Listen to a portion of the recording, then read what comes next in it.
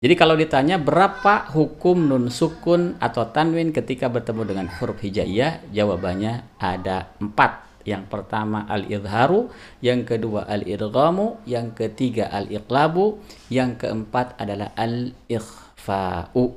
Bismillahirrahmanirrahim. Alhamdulillah wassalatu wassalamu ala Rasulillah wa ala alihi wa sahbihi wa man walah. Amma ba'd. Ini adalah fat pertama dari fat-fat berikutnya yang insya Allah akan membahas hukum-hukum tajwid. Pada video ini kita akan membahas ahkamun nunis sakinati wat tanwini, hukum-hukum nun sukun dan tanwin ketika bertemu dengan huruf-huruf hijaiyah. Yang pertama adalah al-idharu. Ya, jadi hukum nun sukun atau tanwin ketemu dengan huruf hijaiyah, yang pertama ada istilah al-idharu. Ya. Jadi al-idharu. Al-idharu pakai wa. Al-idharu bukan pakai al-izharu, bukan pakai zai ya, tapi al-idharu. Yang kedua al-idghamu. Al-idghamu.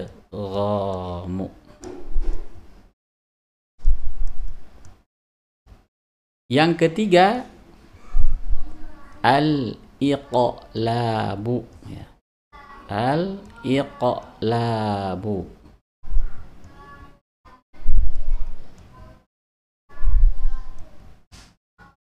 Yang keempat al-ikhfa'u.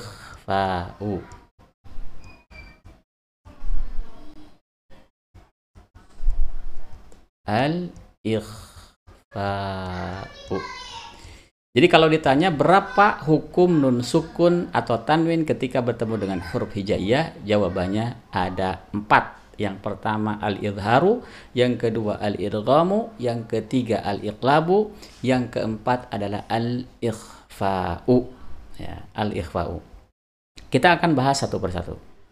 Hukum pertama dari hukum nun sukun atau tanwin itu ada istilah al-idharu.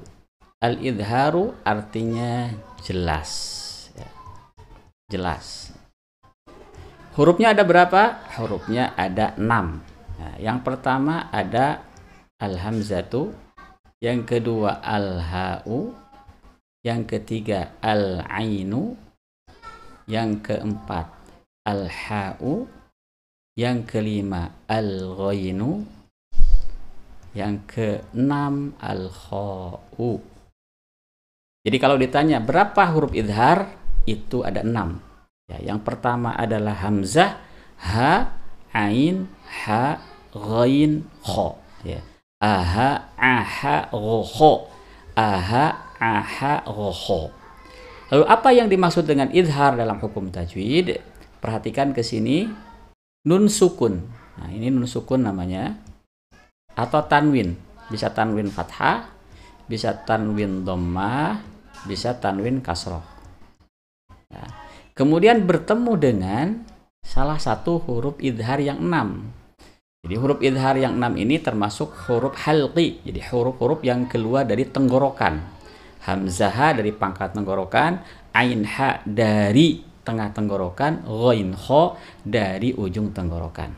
Nah, misalnya nun sukun atau tanwin bertemu dengan salah satu huruf idhar. Ya. Kita ambil contoh min ilmin misalnya. Min ilmin ya.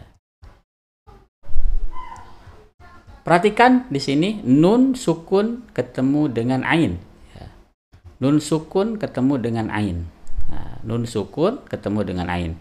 Ini namanya idhar. Jadi kenapa disebut idhar? Karena nun sukun bertemu dengan salah satu huruf idhar, yaitu huruf ain. Maka dibacanya jelas min ilmin. Jadi tidak boleh min ilmin, tapi min ilmin. Jadi kesimpulannya, ketika nun sukun atau tanwin bertemu dengan salah satu huruf idhar, maka wajib dibaca jelas atau yang disebut dengan idhar min ilmin. Barakallahu fikum.